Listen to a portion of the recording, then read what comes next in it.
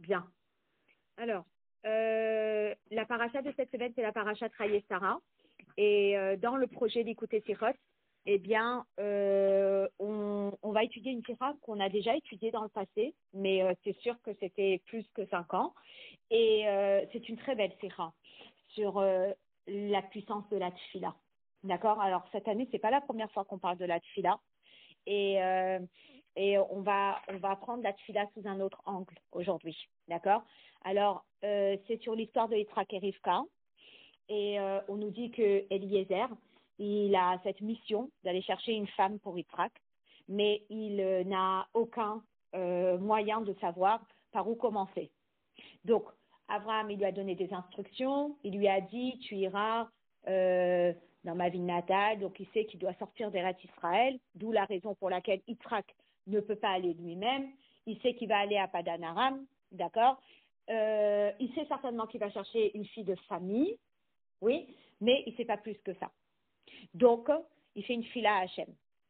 Et il dit à Hachem, la fille qui acceptera de me donner lorsque je lui demanderai et qui rajoutera qu'elle donnera aussi à boire aux chameaux, à savoir que les chameaux boivent beaucoup, eh bien, je saurai que cette fille elle a les valeurs de générosité et de hospitalité et je saurai que ce sera pour Yitzhak. Très bien. À la suite de cela, eh bien, le verset dit la chose suivante. Vayehi hu terem kila ledaber vehine Rivka yotzet. Il n'avait même pas fini de formuler cette fila que Rivka est sortie. Et voilà, il a été exaucé. Magnifique. Uva Midrash. Dans le Midrash, on raconte Mahamar Rashbi, ce que Rabbi Shimon Bar Yochai a dit. Shloshahem ne'enu b'ma'ane pihem. Il y a 3 personnes qui ont été exaucées suite à leur tfila. Eliezer Avdo shel Avraham, Moshe et Shlomo.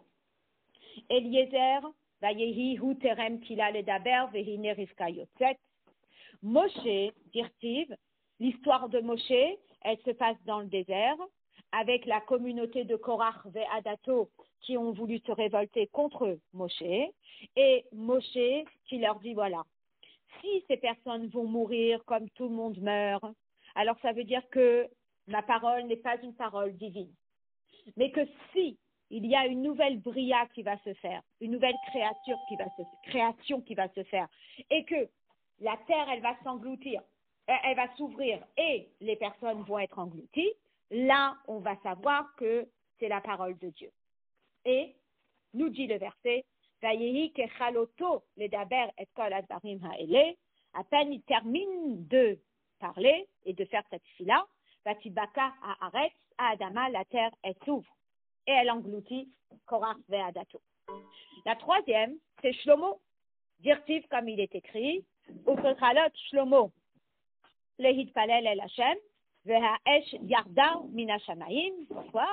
Et à peine Shlomo a terminé de faire sa tfila à Hachem et le feu est descendu du ciel.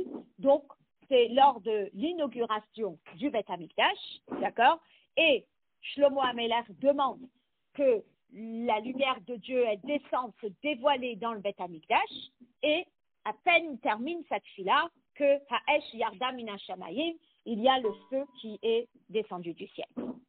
Alors, lorsque on voit ce midrash de 3 personnes qui ont été exaucées suite à une tfila, on comprend que quoi? On comprend qu'il y a quelque chose de commun chez ces 3 personnes. En fait, les conducteurs qui vont demander. Alors, non, c'est pas un signe, c'est uniquement Eliezer qui avait un signe, d'accord? Mais Moshe, il a juste, j'ai compris ce que tu veux dire. Il a voulu prouver quelque chose. Oui, prouver quelque chose. Exact. Ça veut dire qu'il a voulu prouver qu'il y avait bien Dieu qui pouvait se manifester dans la création du monde, d'accord? Donc de façon visible. Mais on va revenir dessus, c'est un point intéressant, d'accord? Donc ce qu'on remarque, c'est que le Midrash, oui. Exact, bravo. Donc le Midrash, il nous cite 3 personnes. On met les 3 personnes dans le même bain, d'accord? Apparemment pour une raison, ok? D'un autre côté, Eliezer semble quand même être différent de Moshe et Shlomo.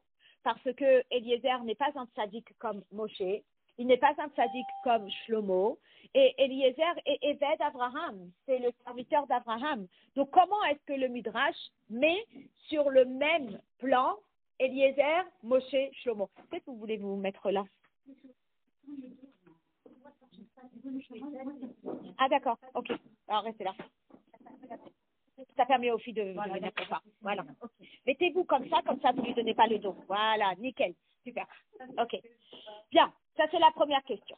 Donc la première question, c'est que il semblerait que les trois, ils ont un point commun, mais comment peut-on dire que Eved Abraham, il soit au même niveau que Moshe et Shlomo?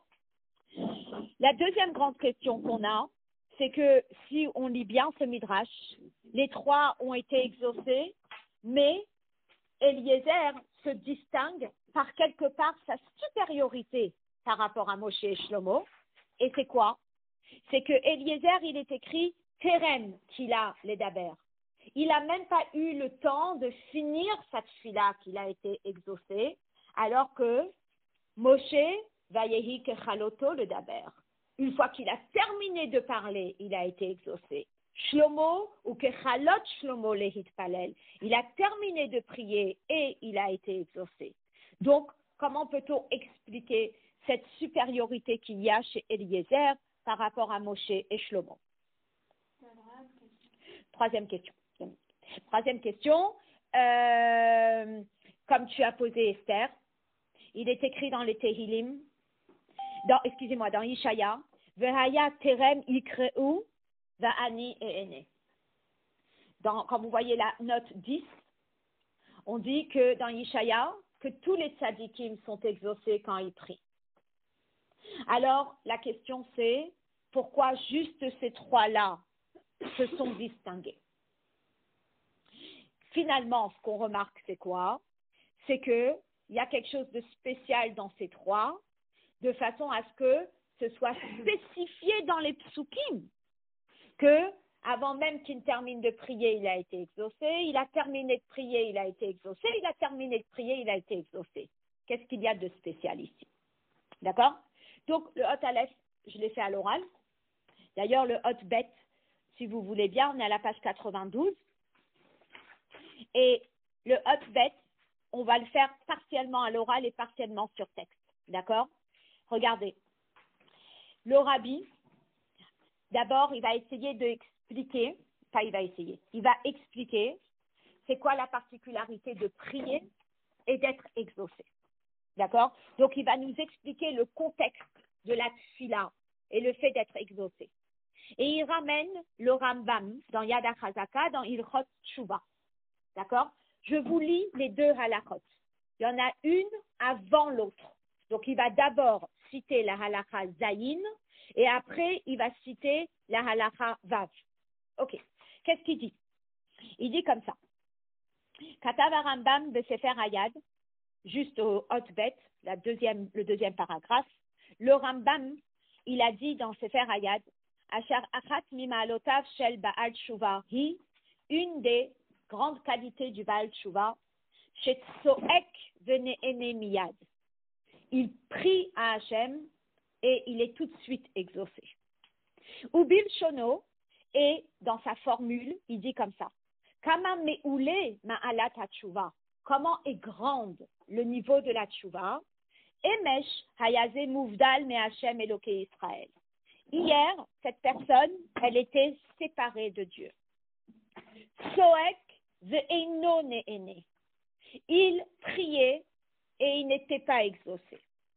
Ve'hayom hu mudbak b'shrina. Et maintenant, il est attaché à Dieu. Soek ve'ne'ene miyad. Il prie, il crie, il supplie, il demande et il est tout de suite exaucé. Donc, je mets l'accent à l'avance, comme ça je gagne un peu de temps. Le Rabbi il relève cette halakha du Rambam et il accentue la particularité du Baal Tshuva qui a créé un lien avec Akadosh Baruch Hu. Et comme il a créé un lien avec Akadosh Baruch Hu, cette connexion avec Dieu lui a permis d'être exaucé, ce qui ne pouvait pas se passer quand il était loin de Dieu. Et d'ailleurs, Et d'ailleurs, si vous regardez la halakha juste avant, elle dit comme ça. Hatshuva mekarevet et harochokim. La tchouva, elle rapproche les personnes qui sont loin. Emesh hayaze sanui lifnei hamakom meshukat merochat vetoeva. Hier, cette personne, on va utiliser les termes de façon très délicate. On va dire cette personne, elle n'était peut-être pas la plus aimée par Akadosh Baruch Hu, officiellement, ouvertement. D'accord? Hayom hu ahuv, nechmad, karov, yedid. Aujourd'hui, cette personne, elle a fait tchouva. Elle est aimée par Dieu. Elle est agréable. Elle est proche. Elle est amie, entre guillemets, de Dieu. Et le Rambam, lorsqu'il parle de cette proximité qui se crée entre Dieu et la personne qui fait tchouva, il ne parle pas de l'impact de sa tfila. C'est uniquement dans la halakha d'après où il parle de l'impact de la tfila. Et le rabbi, il est très attentif aux mots du Rambam. Et il dit que la halakha vav, qui est donc le dernier paragraphe de la page 92, c'est la première étape de la tchouva, premier niveau de tchouva. Parce que le rabbi veut te montrer quelque chose. Et il dit que dans cette halakha-là, d'abord elle est distincte de l'autre halakha, ce n'est pas deux halakhot qui sont ensemble, c'est parce qu'il veut montrer qu'ici il y a deux étapes. Dans la halakha vav, c'est le premier niveau de tchouva, où la personne, elle était très loin de Dieu, entre guillemets, et elle n'était pas aimée, et il y avait une distance, etc. Et il y a eu ce qu'on appelle kérouv. Il y a eu une proximité qui s'est créée et qui a fait que cette personne devienne ahuv, yedid, elle devienne aimée par Akadosh Baruch Hu. Ça, c'est l'étape numéro 1. D'accord? L'étape numéro 2, c'est l'étape où il y a eu moudbak. Moudbak, ça veut dire, c'est pas seulement karov, mais c'est moudbak. Moudbak, ça veut dire qu'il y a eu un réel attachement. Et comme il y a eu un réel attachement, c'est pas juste un rapprochement, mais c'est un attachement, alors là, soek venait aîné. Donc, entre guillemets, c'est comme si ça nous rappelle un petit peu un fossé qui se creuse entre un professeur et une élève qui se braque. Et donc, à l'œil nu, on a l'impression que c'est genre, entre guillemets, pas la grande affection entre professeur et l'élève. Mais une fois que l'élève prend sur elle de faire des efforts et le professeur prend des petits conseils à droite à gauche pour rétablir ce lien, alors le lien est rétabli dans un premier temps. Mais après, il peut y avoir une proximité qui fait que l'élève peut demander une faveur et le professeur valide cette faveur. Et donc, c'est cette notion de tchouva que le rabbi relève du Rambam. Mais cette notion de tchouva vient expliquer pourquoi, à l'étape numéro 1, on ne parle pas de tfila qui est exaucée, et c'est uniquement à l'étape numéro 2 où on parle d'une tfila qui est exaucée. D'accord? Et finalement, on comprend que Kirouv la Shrina, ce rapprochement de la Shrina, entre guillemets, il n'est pas suffisant pour que la tfila soit exaucée. Il faut que ce soit moudbak de Shrina, il faut que ce soit un attachement à la Shrina pour que la tfila soit exaucée. Et là, le rabbi va expliquer pourquoi. Donc, on commence la sikha sur le texte, au Hot Gimel, à la page 93. Vehasvara basé, voici l'explication. Mesher shehiyat azman, ad shedavarma magia minanoten el amekabel, mochiach, she'ein amekabel davur ou meuchad im hanoten. Donc, imaginez-vous que là, je vais prendre cette bouteille d'eau, d'accord, et je vais l'envoyer à Rachel qui est tout au bout de la table. D'accord? Qu'est-ce qui va se passer? Combien de temps ça va prendre? Ça va quand même prendre peut-être une dizaine de secondes, le temps que ça arrive au bout de la table. D'accord? Si maintenant je donne cette bouteille à la personne qui est assise juste à côté de moi, Combien de temps ça prend? Même pas une seconde. Donc, plus la personne est proche, plus la réponse est immédiate. Vous comprenez? Et ça, on l'apprend de la notion de mudbak.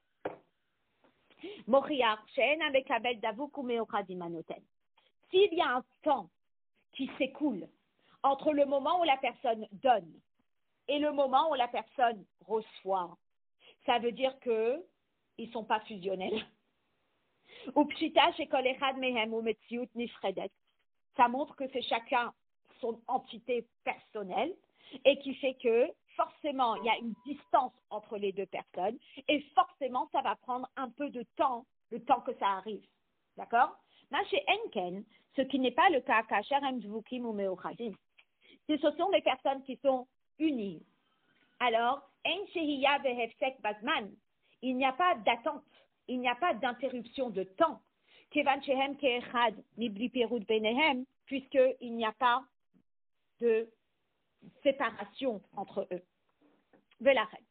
Kasher Adam Rak Karov El Akadosh Baruch Hu, lorsque l'homme, il a fait tchouva, au niveau numéro 1, où il est proche de Dieu, alors oui, il y a beaucoup de choses qui ont changé. Ahuv, il est aimé. Nechmad, il est agréable. Karov, il est proche. Yedid, il est ami. Mais il n'est pas attaché à la shrina. Azaï, inachinami, chez Bioto Chaviv, Yekabel Akadosh Baruch Hu et Bakashato, Aval en hechrech, chez Yene Ene Miyad. Il est évident que, étant cher aux yeux de Dieu, Hachem va l'exaucer.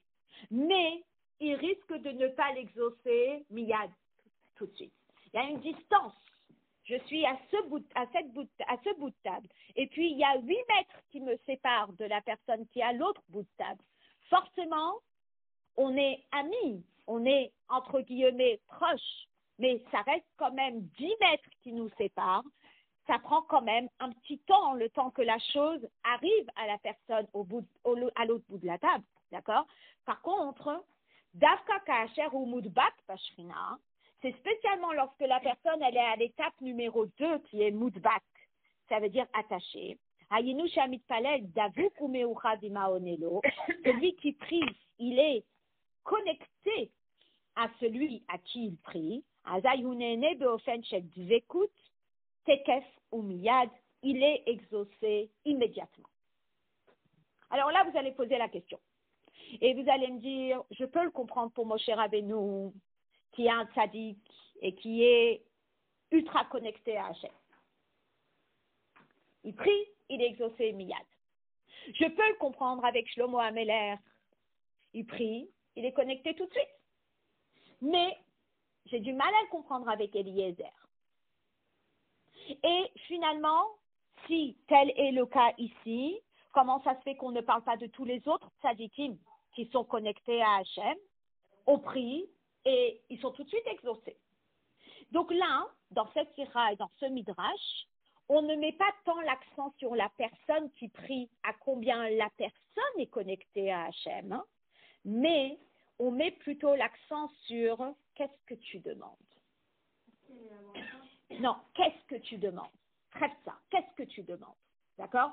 C'est extraordinaire. Parce que finalement, nous, parfois on se dit, mais je ne suis pas Moshe pour être exaucé tout de suite, et je ne suis pas Shlomo pour être exaucé tout de suite, mais j'aimerais bien être exaucé tout de suite.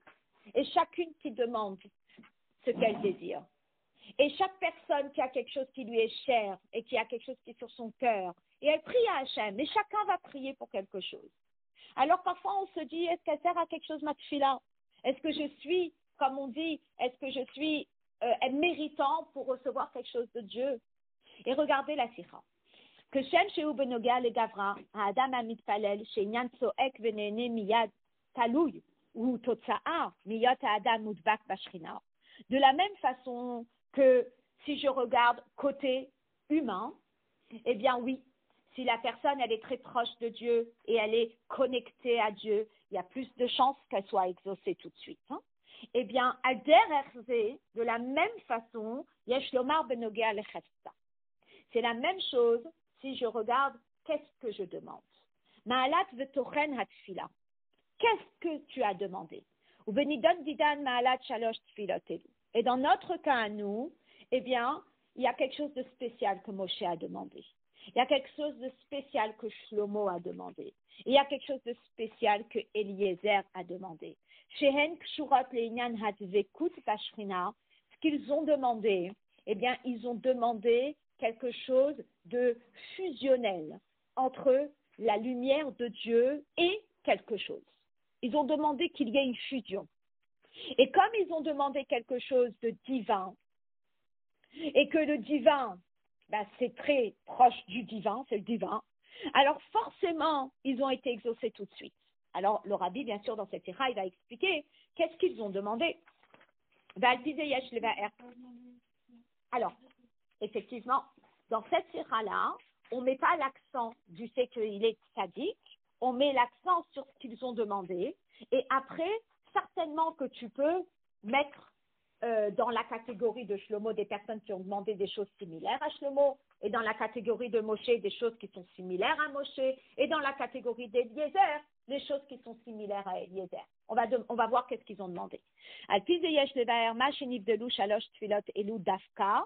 Tfilat Shlomo she'ayta bekesher legilui hashchina v'shachanti betocham b'mikdash.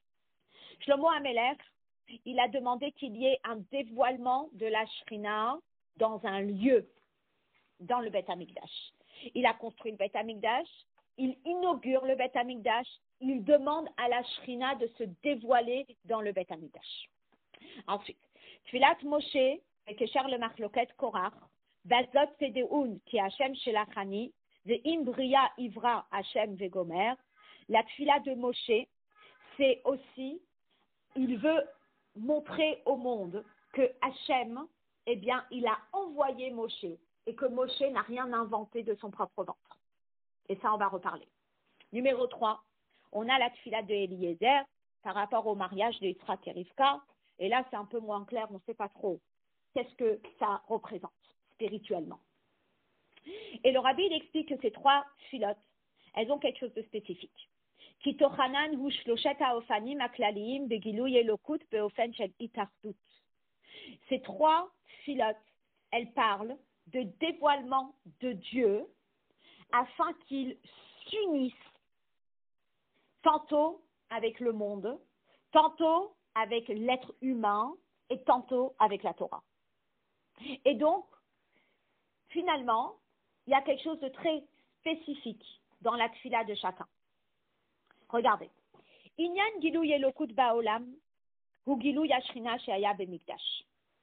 Lorsqu'on parle du dévoilement de Dieu dans le monde, l'endroit où la lumière de Dieu est la plus puissante, l'endroit où la lumière de Dieu est la plus éblouissante, c'est où? Dans le Beth Amikdash.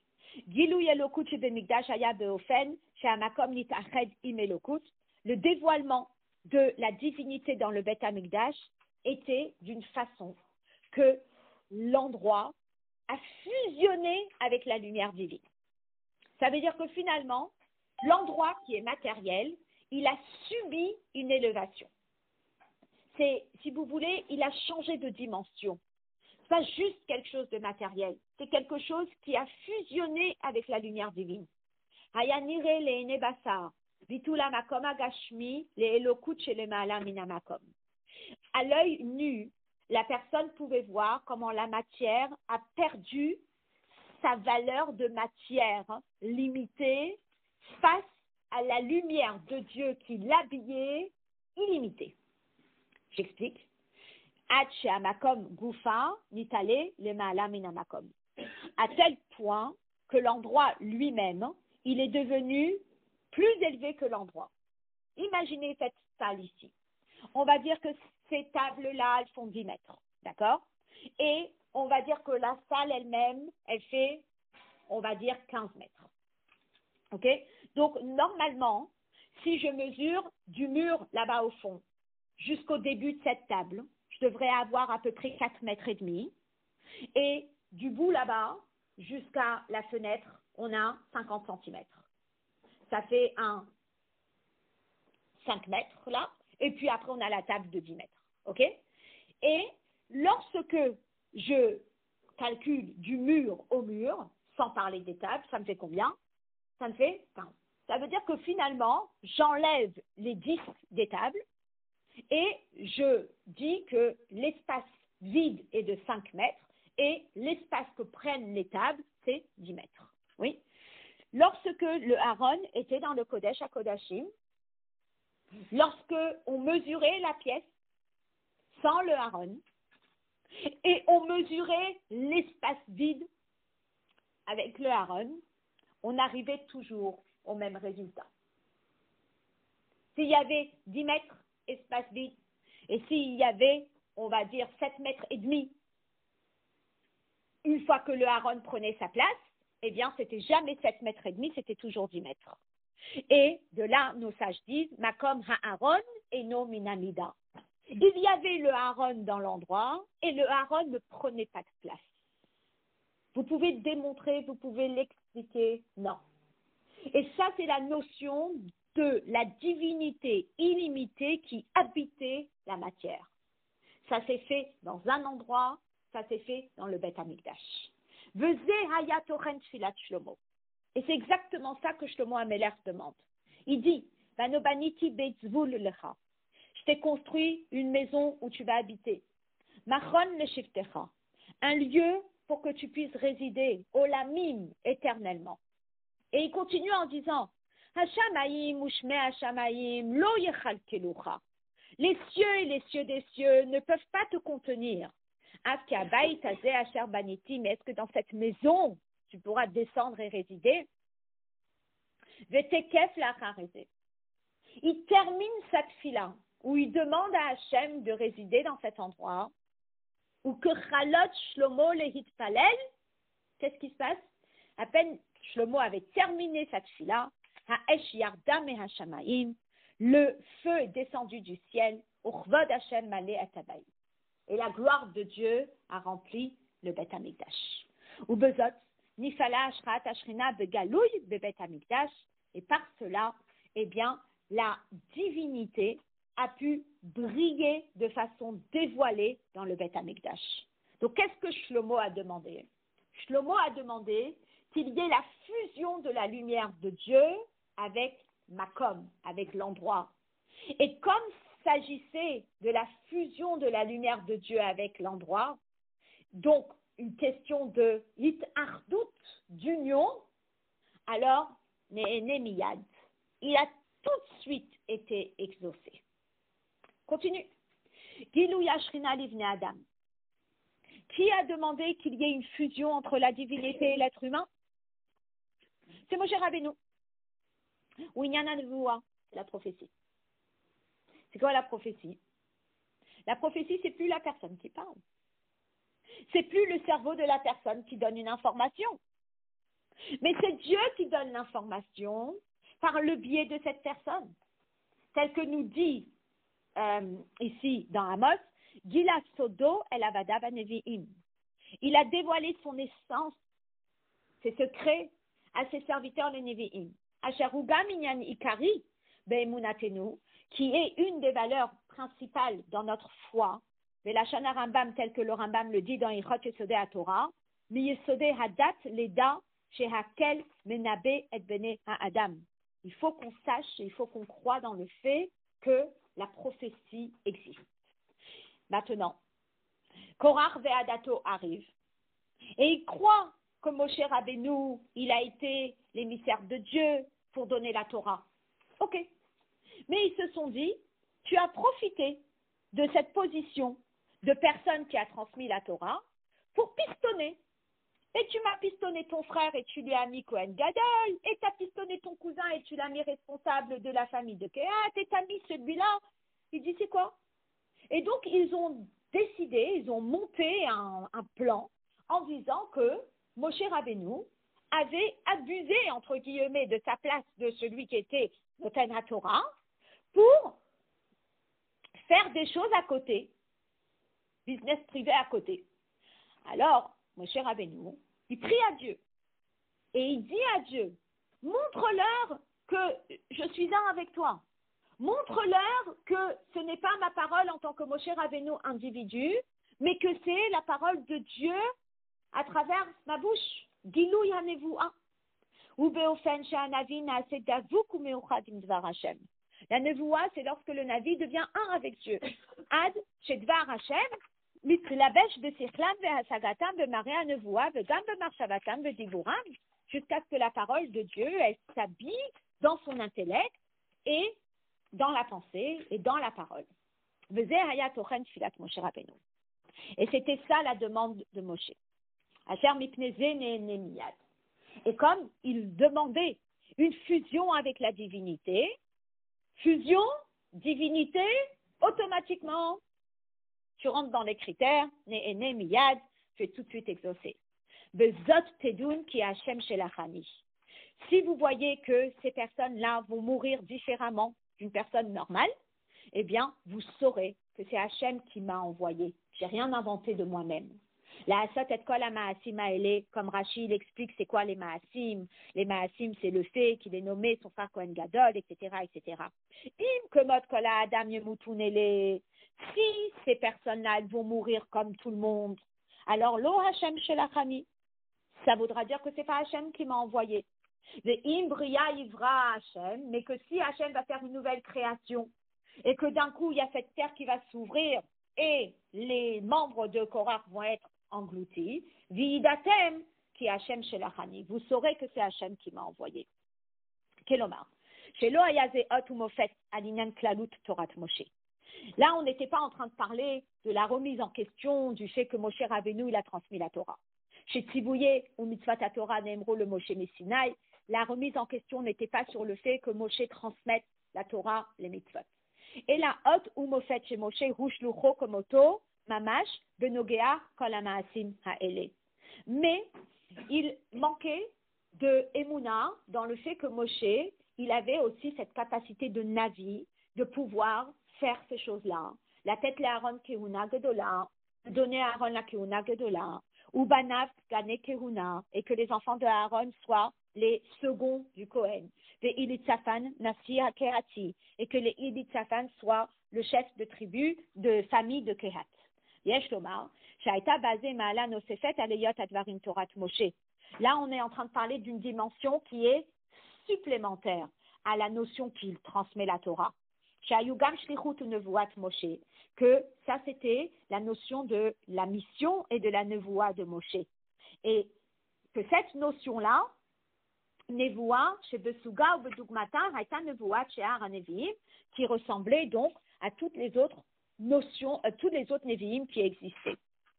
Donc, finalement, étant donné que Moshe Rabbeinu il a demandé quelque chose qui émanait de cette fusion entre la divinité et l'être humain, alors à ce moment-là, Miyad Ne'ene, tout de suite il a été exaucé. Après, il a terminé de faire sa tefila. Qu'est-ce qui s'est passé? La terre était ouverte et elle a englouti tous les membres qui s'étaient révoltés contre Moshe. Le troisième semble un peu moins clair. Et c'est quoi le troisième? On a un Eliezer qui arrive et qui fait une fila. Qu'est-ce que tu veux? Je veux que Yitzhak trouve une femme. Bon, est-ce qu'on est en train de parler de fusion avec Dieu? Oui, mais non, mais là, il n'a pas fusionné avec Dieu, il cherche une femme. Donc c'est un mariage. Peut-être que le mariage, ça a l'air d'être très terre à terre. Ça n'a pas l'air d'être très spirituel comme le profil de la tfila de Moshe ou comme Shlomo. Vous voyez, Shlomo, c'est que la Shrina, elle descende dans le Beth Amikdash. Moshe, c'est prouver que je suis le Navi. D'accord? C'est vraiment, on sent la fusion spirituelle. Mais là, ok. Alors là, le Rabbi va expliquer. Alors, c'est pas n'importe quel mariage. Sauf que, on s'imagine pas. Alors, c'est pas n'importe quel mariage. Continue. En quoi il est pas n'importe quel? Ok. C'est la continuité de la descendance d'Abraham. Ok. D'accord.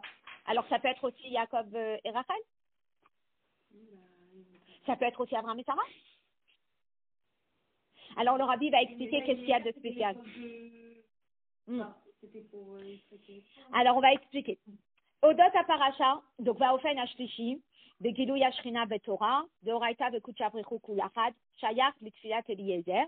Finalement, la tfila de Eliezer pour le mariage de Yitzhak et Rivka est en rapport avec le fait que la Torah et Dieu, c'est une même chose. Et donc, on va essayer d'expliquer cette notion que finalement, le message de Torah, il va se transmettre à travers ce mariage de Yitzhak et Rivka. Et le rabbi va expliquer. Odot Aparacha de Eliezer Amrou Razal. Lorsque on raconte l'histoire de Eliezer, les Chachamim disent, comme vous le savez, Yafé Sichatan Shel Avdei Avot Mitoratan Shel Banim, que l'histoire des serviteurs de nos patriarches est plus belle que la Torah. Donc finalement, on est en train de faire un parallèle entre l'histoire des patriarches, des serviteurs des patriarches et la Torah. Donc déjà, il y a un parallèle. Et on dit que c'est plus beau. Parce que dans la Torah, il y a des choses qui sont dites de façon très brève et de façon très en allusion. Alors que l'histoire des Avdei Avot ont été répétées longuement. Ça veut dire que l'histoire, elle est racontée dans tous ses détails. Et après, Eliezer, il a re-raconté à la famille de Rivka dans tous les détails. וממה שהעריכו עניין שיחתן של עבדי אבות ועוד זאת באופן של יפה ביחס לתורתן של בנים, מובן שישנה שייכות ביניהם. Si je suis en train de vous dire, ce cookie, il est meilleur que ce gâteau, ça veut dire que je suis en train de faire une comparaison entre deux éléments qui sont comparables. Si je vous dis, ce cookie, il est meilleur que ce steak, vous allez me dire que c'est en train de comparer ici. Vous comprenez? Donc, si on dit, il y a fait sichatan shel avdei avot, mitoratan shel banim, ça veut dire que finalement, il y a un point commun entre l'histoire de Eliezer concernant le mariage de Yitzhak et Rivka et la Torah. Et le rabbi va expliquer. Mais voir Bachassidut, chez Inyan sichatan shel avdei avot ou bepratiyut shidur Yitzhak et Rivka, que l'histoire des Avdei Avot qui est relatée dans la Torah de façon si longue, c'est le mariage d'Yitzhak et Rivka, ou klalut inyan haTorah ou mitzvoteha. C'est, si vous voulez, le point qui va démarrer Torah et mitzvot. Ça veut dire que finalement, tel que moi je le perçois un petit peu, c'est un petit peu comme si je vous disais, j'ai acheté une nouvelle carte SIM et je ne peux pas la faire fonctionner. Elle ne fonctionne pas. Vous allez me dire, tu ne l'as pas activée. D'accord? Donc, en l'activant, je mets le processus en route. Eh bien, le mariage de Yitzhak et Rivka, c'est j'active le processus de Torah Ba'olam. Alors vous allez me dire, en quoi est-ce que ce mariage va activer le processus de la Torah dans le monde? Le rabbi l'explique. Et pour cette raison-là, Mesupar Adabar Bekatuv Ve'arikut, c'est raconté longuement. Vehu Inyan Ikri ou Klali, c'est un sujet qui est essentiel et qui englobe. She'aliyado Bak Lalut Inyan Matan Torah, Toratan Shel Banim, que c'est grâce au mariage de Yitzhak et Rivka que tout le concept de la Torah a pu être mis en route. Alors c'est quoi? Abi ont basé l'explication. Achidouche de Matan Torah hu que medubar kama peamim chibur elyonim vetartonim. Vous vous rappelez que le chidouche de Matan Torah, c'est cette fusion entre le matériel et le spirituel. Ok? Donc voilà, j'ai ce papier ici. Je demande au professeur de Chol. Est-ce que c'est à vous? Comportement et système nerveux, sujet de brevet, correction. Ça traîne ici depuis 3 semaines. Je le prends, je veux nettoyer et je le jette à la poubelle. Sur ce papier-là, j'ai quoi? J'ai la sira. Une fois que je termine le cours, je peux la jeter? Non. Non. C'est kadosh. Ce papier, il est devenu kadosh. Parce que j'ai inscrit dessus les paroles de Torah. Quand est-ce que c'est devenu ça? Quand est-ce que ce concept, il a commencé à exister? Ce concept, il a commencé à exister le 6 Sivan 2448. Jusque-là, la matière ne devenait pas kadosh. La matière restait matière. Maintenant, la logique de la création veut que pas tout ne peut se transformer. Donc, l'exemple que je vous ai souvent, que je ramène quand j'enseigne le Père Ekret de Tania, eh bien, c'est l'exemple de la personne qui est très, très, très intelligente. Elle prend un stylo et elle écrit un article magnifique, brillant. Est-ce que, parce que sa main a écrit quelque chose de brillant, ça veut dire que la main va devenir brillante? Est-ce que parce que la main, elle a écrit quelque chose d'intelligent, la main va devenir intelligente? Non. Donc, la logique dans la création du monde, c'est pas parce que tu as utilisé ce bout de parchemin pour mezouza que la mezouza devienne kadosh. Et ce concept que la mezouza est devenue kadosh parce que tu y as écrit d'une certaine façon dessus. Et ce concept que ces téphilines, ils sont devenus kadosh parce que tu as écrit d'une certaine façon dessus. Et ce concept que le vin sur lequel tu vas faire le kidouche, il a une certaine kedusha, etc. C'est un concept qui est nouveau et qui a démarré à Matan Torah. Ad Matan Torah, hayta gzera de'elyonim lo yerdu letartonim, batartonim lo ya'alu le'elyonim. Avant Matan Torah, on ne mélange pas, comme on dit, les choses qui n'ont rien à faire l'une avec l'autre. Le spirituel est resté spirituel, le matériel restait matériel. Il n'y avait pas de fusion possible. Matan Torah n'est pas la gzera. Un Matan Torah, eh bien, cette gzera, elle a été annulée. Tartonim ya'alu le'elyonim, elyonim yerdu letartonim. Oui, on peut mélanger. היינו, שעל ידי מתן תורה נפעל חיבור בין העולם, תחתונים לאלוקות של מעלה מהעולם, עד שמתחברים יחד. Grâce à Matan Torah, eh bien, il y a eu une fusion possible entre le monde qui est ultra matériel et la divinité ultra spirituelle. Tel qu'on le retrouve dans les mitzvot qu'on accomplit après Matan Torah,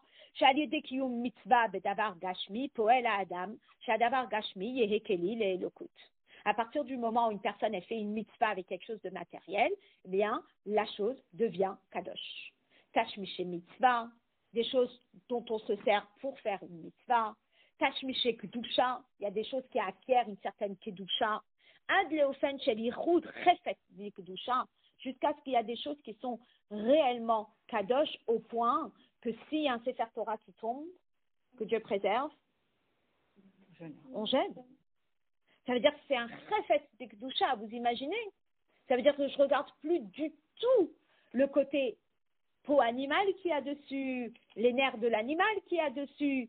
Je suis juste en train de regarder la chose comme un chefet de kedusha. C'est un objet de kedusha.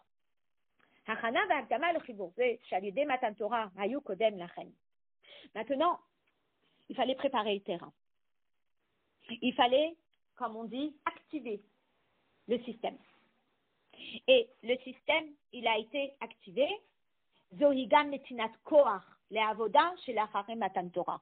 Il fallait donner la possibilité de l'utiliser. Vous comprenez? Ça veut dire que tant que je n'ai pas activé, je ne peux même pas l'utiliser. Donc, il faut que j'active pour pouvoir plus tard l'utiliser. Pas parce que je l'ai activé, je vais l'utiliser tout de suite. Il fallait que je donne cette possibilité de l'utiliser. Et ça, c'était quoi, hein? Au mariage de Yitzhak et Rivka. Vous allez me dire, mais quel rapport? Et c'est très intéressant comment le rabbi l'explique. Il dit, Vehine, הפעם הראשונה שבה מסופר בתורה בפשוטו של מקרא על עניין של חיבור עליונים ותחתונים, שקדושה נתחברה ונתאחדה עם תחתונים בייחוד גמור ואמיתי ובנישואי יצחק ורבקה. La première fois où il y a eu le plus haut du plus haut, le plus spirituel du plus spirituel, qui s'est uni avec le plus bas du plus bas, c'était le mariage d'Yitzhak et Rivka.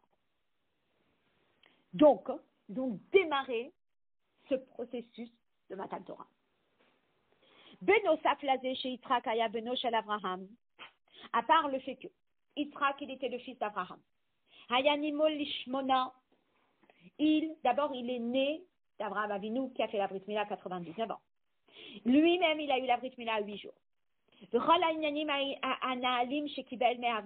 Et toutes les choses extraordinaires qu'il a reçues d'Abraham.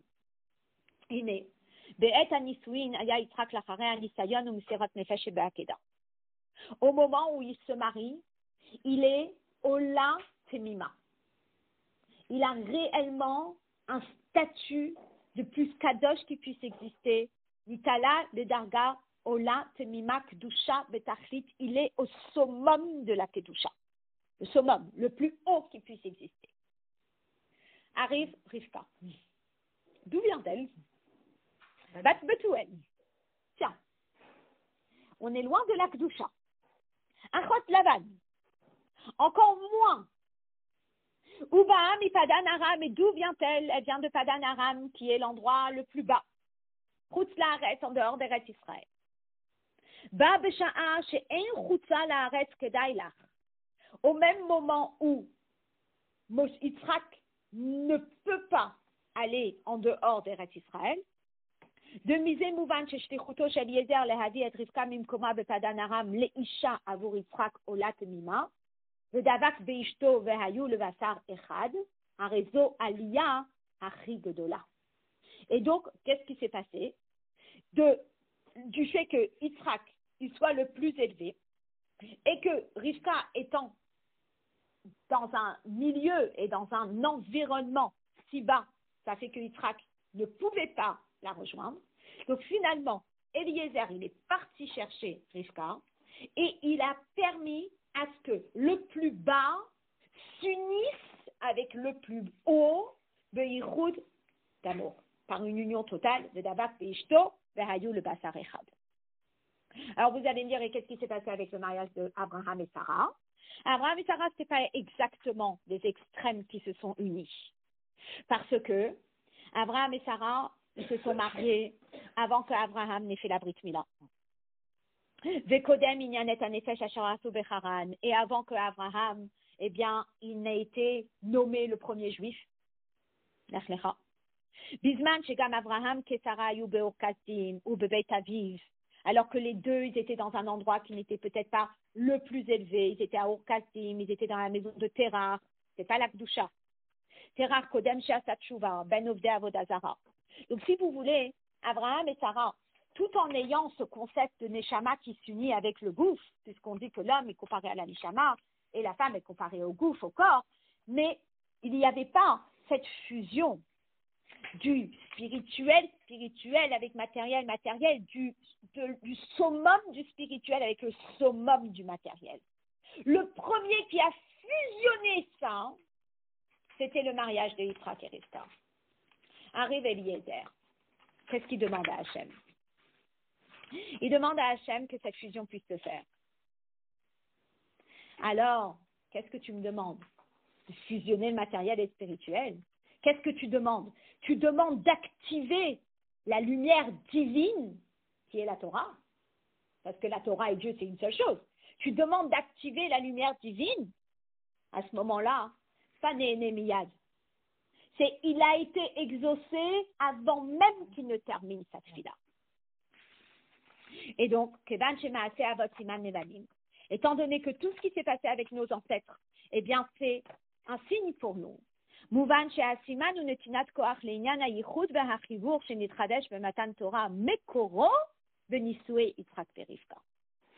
Finalement, tout notre travail de Torah et Mitzvot, eh bien, il a démarré quand? Sa source, elle est quand? Elle est dans le mariage de Yitzhak et Rivka. Et donc, Al-Pizé, Yesh le Yashev Atmiya Anal, Al-Zé She'inyan de Néné Miyad de Tfilat Eliezer, Haya Yitron, à la Mahané de Tfilat Moshe ou Shlomo. Alors maintenant, vous allez me dire, mais étant donné que chacun a prié pourquoi? Pour qu'il y ait l'union de Dieu avec quelque chose, mais que la lumière de Dieu, elle se manifeste, soit elle se manifeste dans l'espace, c'est un migdash, soit elle se manifeste dans la personne, Nevoua, soit cette union, elle se manifeste que la Torah, elle puisse prendre place. Alors la question va être, pourquoi est-ce que la réponse, elle était différente chez Eliezer que chez Moshe et Shlomo? Les trois, ils ont demandé la lumière de Dieu qui doit se manifester. Donc si les trois, ils ont demandé quelque chose qui est similaire, comment se fait-il que la tefila de Eliezer, eh bien, elle s'est dévoilée, elle a été exaucée avant même qu'il ne termine. D'accord? Il dit, chez Dafkaroun et Hot Kodem Shinistaimat Filato, que lui, il a été exaucé avant même que sa tfila, elle ne soit terminée. Machenken Gabe Moshe ou Shlomo, Nehemar chez Adavar Haya Kirkayot Tfilatam. Pour Moshe et Shlomo, on nous dit que ça s'est passé une fois qu'ils ont terminé leur tfila. Et là, le Rabbi va expliquer c'est quoi la Mahala de la Torah par rapport à la Nevoa ou le Beth Amikdash. Alors, qu'est-ce qu'on a dit? Tout à l'heure, on avait expliqué que si c'est des personnes qui sont fusionnelles, à ce moment-là, on est exaucé tout de suite. Vous voyez là les mains, j'ai mis une main sur l'autre. Quand j'ai mis une main sur l'autre, Dvorah, au fond, tu vois combien de mains? Tu peux en voir une, mais quand tu regardes comme ça, tu vois qu'il y en a deux. Ça veut dire que c'est deux qui fusionnent. Mais vous voyez les deux mains qui fusionnent. D'accord? Et après, il y a une fusion où vous ne voyez qu'une main. Parce que la deuxième est devenue partie de l'une. OK? Et finalement, le Rabbi, il explique que lorsque la fusion, elle est 1 sur 1, ça veut dire une réelle fusion, mais on voit quand même que c'est deux choses, alors à ce moment-là, Néhéné Miyad, il est exaucé tout de suite. Mais lorsque les deux deviennent un, à ce moment-là, c'est Terem qu'il a les daber. Avant même qu'il ne termine de parler, eh bien, il est exaucé. Là, le Rabbi va expliquer c'est quoi la particularité de la Torah. Je vous explique. Dans le Beth Amikdash, vous avez un lieu et il y a une lumière de Dieu qui est descendue et qui a fusionné avec ce lieu. Vous voyez? C'est une chose qui a été rajoutée. Et d'ailleurs, on sait très bien que la Kedusha du Beth Amikdash, eh bien, elle a varié dans le temps. Quand le Beth Amikdash il a été détruit, même si c'est un endroit qui est très kadosh, mais cette lumière infinie qu'il y avait lors de Shlomo HaMelech, quelque part, elle s'est un peu estompée. Donc, il y a une fusion. Mais ce n'est pas comme si c'était deux qui sont devenus un. C'est comme si c'était deux qui fusionnent. Et il reste deux. La même chose pour la nevoua. Lorsque la parole de Dieu, elle fusionne avec la personne qui va prophétiser, on parle du concept de la personne avant sa prophétie, la personne qui prophétise et la personne après sa prophétie. Un prophète, il a eu des moments dans sa vie où il est prophète et des moments où il n'est pas prophète. Donc il y a la lumière de Dieu qui fusionne avec lui lors de la prophétie, mais qui n'était peut-être pas avec lui avant la prophétie et qui est peut-être pas avec lui après la prophétie. Ça montre que quoi? Que ce sont deux qui fusionnent ensemble, mais il reste deux. Alors que la Torah, c'est quoi? La Torah, c'est un avec la sagesse de Dieu, tout le temps, tout le temps, tout le temps. Il n'y a pas un moment où c'est un avec la sagesse de Dieu avant et pas après. Il n'y a pas tout ce concept. La Torah, c'est un avec la sagesse de Dieu. Donc, lorsque Moshe, il demande que Hachem il fusionne avec l'être humain, un avis, c'est une fusion, mais ça reste une fusion entre guillemets limitée. Lorsque Shlomo, il demande à Hachem de fusionner avec l'endroit, c'est une fusion, mais qui est aussi limitée.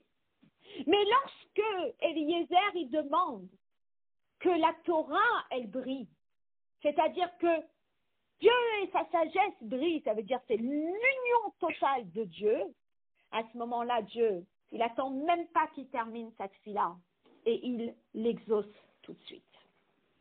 Et c'est une notion qui est quand même très, très, très forte parce que, évidemment, on ne peut pas sortir de là sans en tirer une très grande leçon pour nous. Alors, ce que je vais faire, comme je donne le cours en bas, je vais juste clôturer ici. Si vous voulez, on va faire le zayin et voilà. Alors, il dit comme ça, Gilouï Elokut, Anim Shark Ben Avi. On est à l'avant-dernier paragraphe de la première colonne du zayin. Gilouï Elokut, Anim Shark Ben Avi, Vadererze Bebet Amikdash, Inyano Shne Dvarim, Amitartim Yachad. Lorsqu'on parle du dévoilement de la divinité chez un avi ou dans le Beth Amikdash, ça reste deux choses qui s'unissent, deux choses qui fusionnent.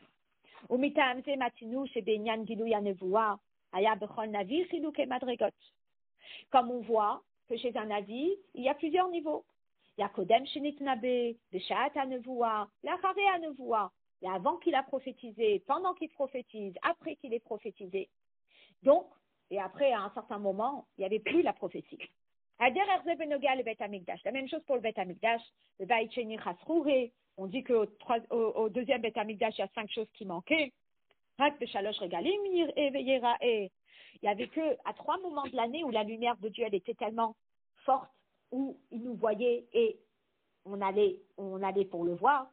Et Navoda Balaïla, on ne pouvait pas faire la Avoda dans le Bet Amikdash la nuit, ça veut dire que le dévoilement il était différent la nuit et le jour. Au Bifrat, Roban Bet Amikdash, et particulièrement quand le Bet Amikdash il a été détruit, la lumière de Dieu elle s'est estompée. Bien que cet endroit reste Kadosh, Mikol Makom, Bet Amikdash Hagashmi, le Bet Amikdash concret, il a été détruit. Vezehu Matzav, Asher Bogilu Yelokut, et Noni Rebe Nebasa. Et finalement, lorsqu'on arrive sur le lieu du Bet Amikdash, est-ce qu'on voit avec nos yeux la divinité? Non. Haïnu, Dekevan Shinyan Gilu Yelokut Shebaem ou Davar Shenitradesh Bemetziutam, Lachen, Yesh Bazema comme le Hefsek. Étant donné que ce sont des choses qui ont été, entre guillemets, innovées, Shlomo, il a demandé à la lumière de Dieu de venir fusionner. Donc, elle n'était pas avant. Moshe, il a demandé à la lumière de Dieu de venir fusionner. Donc, c'est que ce n'était pas avant. D'accord? Donc, il n'y avait pas avant et ça peut aussi partir après.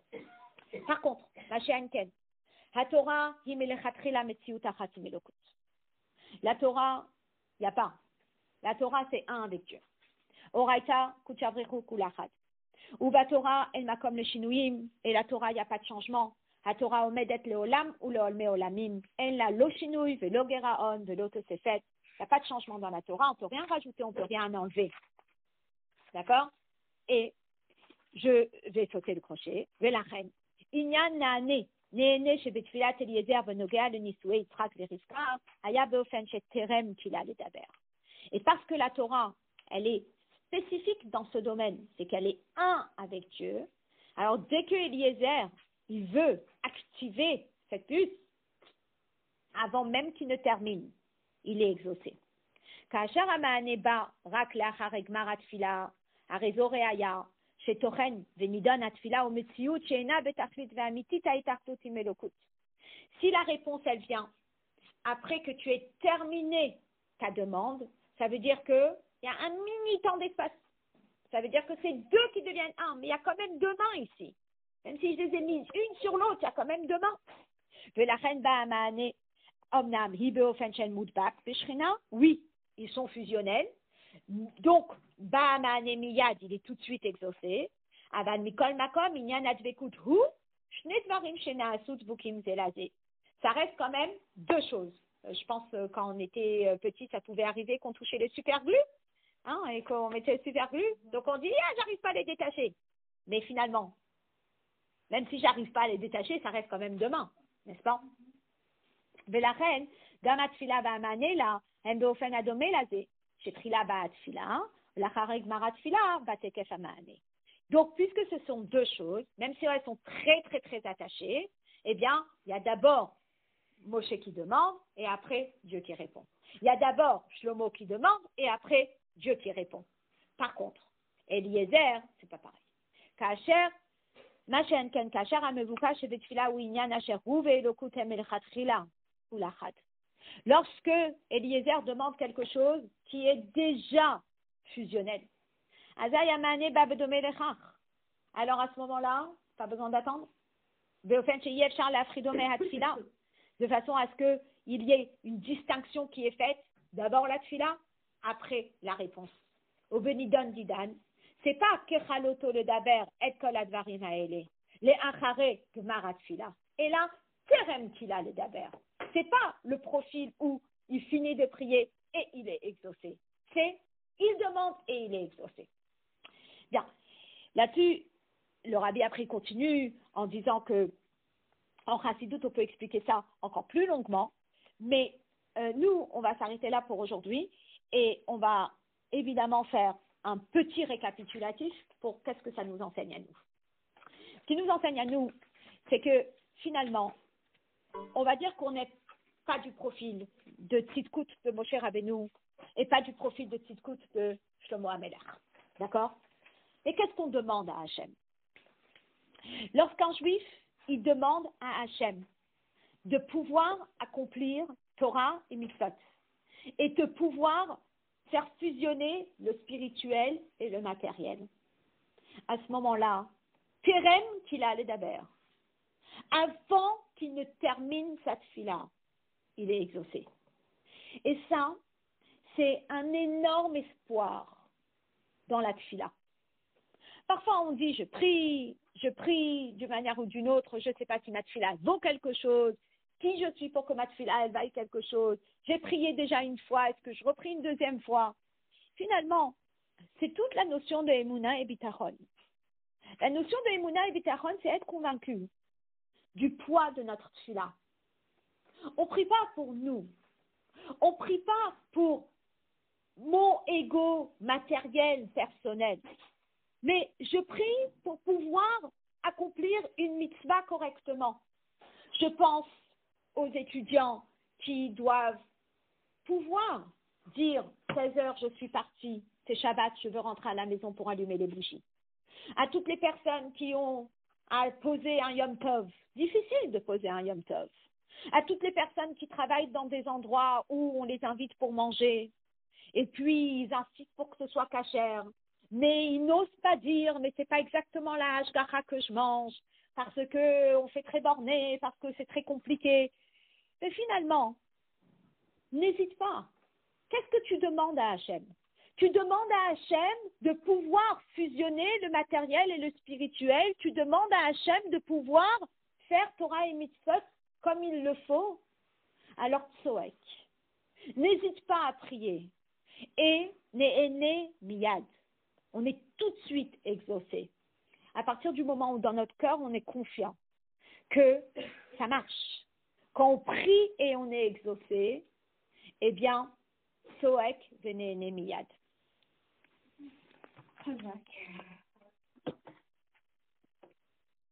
Wow.